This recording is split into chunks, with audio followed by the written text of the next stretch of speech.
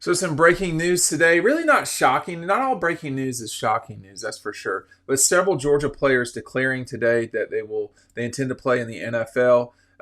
Tate Ratledge, Mikael Williams, Malachi Starks, Jalen Walker. All those guys are headed to the NFL. Really, none of those are a surprise. I do want to point out real quick because this is because of the extension of the college football playoff deep into January. Some rules are a little bit different than they've been in the past. So stick with me as I walk through this thing. Just because these guys have declared doesn't mean that that's it, okay? These four in particular make sense. It's everybody else from that point forward. That's going to be harder to know the answer to, but let me get through a couple things first here. The NFL has given new guidance as it relates to some special eligibility. Now, some of this does not apply to Georgia because they lost. So a January 24th, 2025 deadline to petition for special eligibility. What is special eligibility? That means leaving early. That means when you have eligibility in college, then you have to ask to leave to go to the NFL, okay? The way I put it just there is not exactly right, but just stick with me on it. The NFL teams will receive a list of names on January 25th with players having 72 hours to revoke their submissions. On the opposite end, a early soft deadline, which is today, Monday, January 6th, will be put into place for players whose seasons have been completed at an earlier date. The traditional hard deadline for special eligibility will be January 15th. Okay, so essentially, we will know by I think it's next Wednesday for certain. Yes, it's next Wednesday for certain who is not going to be at Georgia next season. Now, I look at the board over here to my left. We know Xavier Tress's time has expired at Georgia. Warren Brinson, Stackhouse, those are guys. I mean, Truss in particular, his eligibility, he's had a very long college career. What we don't know, Arian Smith, he's accepted a Senior Bowl. I can imagine Arian Smith, I would imagine, is going to declare if he's not already declared privately in the NFL draft. But there are other guys that can leave. Smile Munden I've not seen anything about Smile. I expect Smile Munden to leave. Chaz Chambliss. The situation with Chaz Chambliss and is a unique one in a way. Unique is probably the wrong way to put it.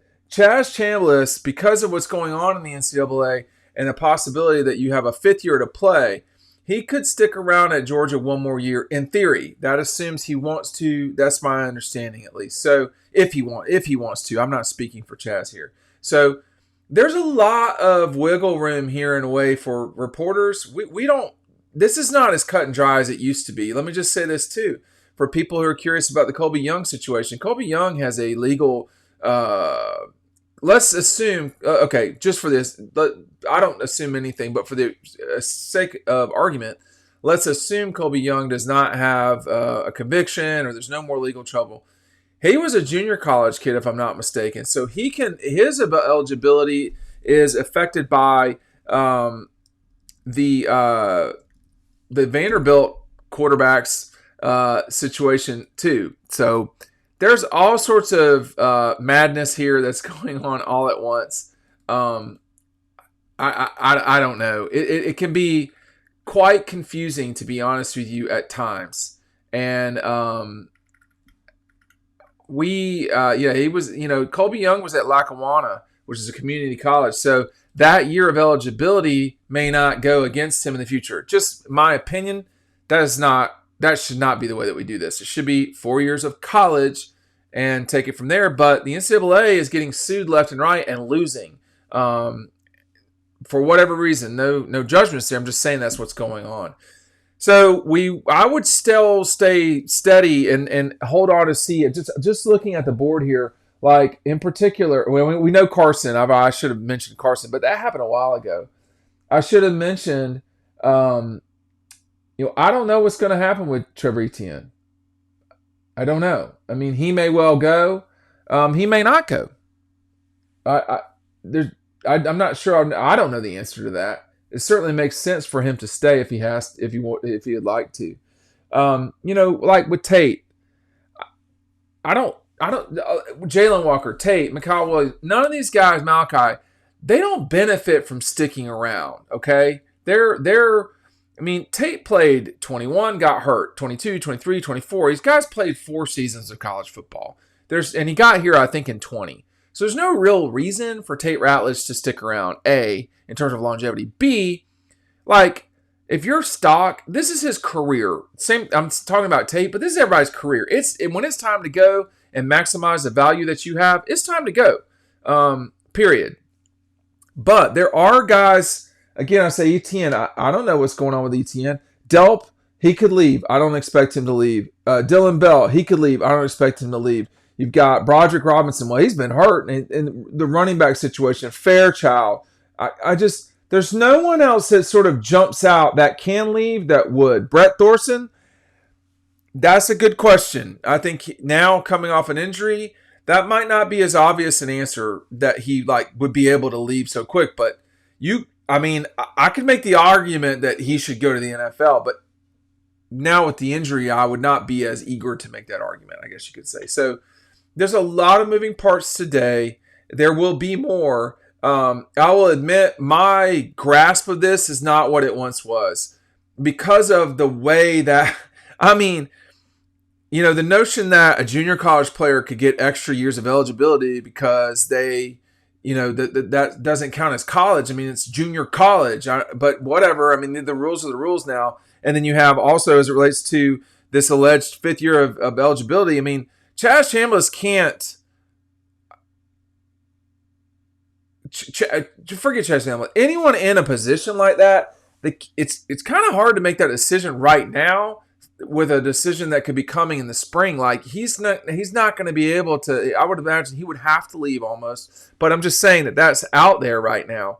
And then you of course have guys like Etienne who are draft eligible, but they've not made a decision yet in terms of the soft deadline. The 15th for Georgia players, my understanding is they have to go at that point. They're not playing in the national championship game and not thinking about it, whatever that means. Most families, I will talk about a player at Georgia I will talk about a first-round player at Georgia. I will not mention this person's name, so you can know it's a narrow band of people. When I was talking with that person's parent, I won't even say if it was the father or the mother, their view in October was they weren't sure if they were going to leave or not. And it wasn't something that it was something that they were considering just as a family. It was something they needed to think about. By the time January rolled around, it was pretty evident that that person was going to be a first rounder. So the kind of the notion that these families don't think about it, of course they do. Now, I will say, as it relates to Etienne, you're talking about a situation with Etienne where, the money for first round, he's not going to go in the first round, which is kind of my point. The money for where he would be positioned in the NFL draft versus sticking around, doing NIL at Georgia, and then, because another thing I've not discussed yet, but I'd be happy to, is, there is going to be the so-called settlement. That starts this fall, okay? That's my understanding. I think that's widely reported. So each player at universities, no matter on scholarship, they're going to get paid by the university. It's going to be a carve out from there. At Georgia, it's about $190 million. So let's just call it $200 million. The schools are all carving out about $18 to $20 million, okay? And the question that a lot of people are wondering is, what percentage at each school are the schools carving out? So when you look at $20 million, and let's just say the carve out for Georgia for football is 90%. So 90% of the carve out, that's about $16 million. You divide that by 85 scholarship players, so $16 million. Let me do the math here. 85 players, which, that's not really going to be the case because all players won't get paid the same. But if it were split, all the way down the middle for every single player, you'd be talking about just shy of $188,000. So $188,000 for each player. Well, obviously, an NFL contract the minimum is worth more than 188. Again, this assumes that every single player on the team is not getting 180, is sharing it equally. I find that very hard to believe, but it may be that's what Georgia does. Every school can do whatever they want. I mean, there are schools. There's an ACC school I'm aware of that the pot of money that they're splitting up is not going equally to. I mean, is going equally to all the sports, women's sports, and everything. So a women's swimming and diving scholarship player would be getting the same as a starting quarterback. That doesn't make sense to me. And I say that as a person who played one non-revenue sport in college. One was a revenue sport. It would be insane where I went for me to get paid the same amount of money for being the number 2 singles player in tennis, or number 1. I played 1, 2, and 3 in college. And then, our all-conference player of the year in basketball, that Dan would get the same amount as me. No one literally is coming to pay to watch me play tennis. They would come to watch me hang out on the bench in basketball and pay. But they were playing. We're watching Dan. So we'll just see how this works out. But like Carson Beck would be worth more to Georgia than $188,000 from the institution, and that's where kind of we're at. Everybody's wanting NIL to settle down, and there's a basic misunderstanding of NIL still out there. I mean, I've done NIL deals with Keely Ringo, with Stetson Bennett. These are not like that's not new news. I mean, if you're buying an autographed Stetson Bennett book from me, or a Keely Ringo, those are the only 2 guys I've done deals with, then And so I've lived in this world, and there's a basic misunderstanding of even what it was like then, nevertheless what it will be like in the future. NIL and the revenue share, those are not the same thing. NIL is not paid by the school, okay? People are using that. It's a colloquial term, DeKalb County schools. It's a colloquial term that's being categorized for everything. Like, I'm going to go Xerox this on that hibachi copier. So these are not all the same thing. And again, I think you got to educate yourself. And I very well could have said the wrong thing here. I'm being straight up about the NFL stuff. It's confusing. I mean, things have changed quite a bit in the last year because of the way that the calendar has moved in college football. Means that guys that are playing for national championships, they're going to miss the deadline because, they're going to miss it. They're going to have to declare before, the deadline. So we've got some calendar problems, needless to say. But I will add this. I know this is starting talking about McCall and Tyler and McCall, Tate, Carson, Smile will leave. You're going to have other guys that will be Malachi. There are going to be other guys that leave, okay, and declare early, or they're just going to go in the portal.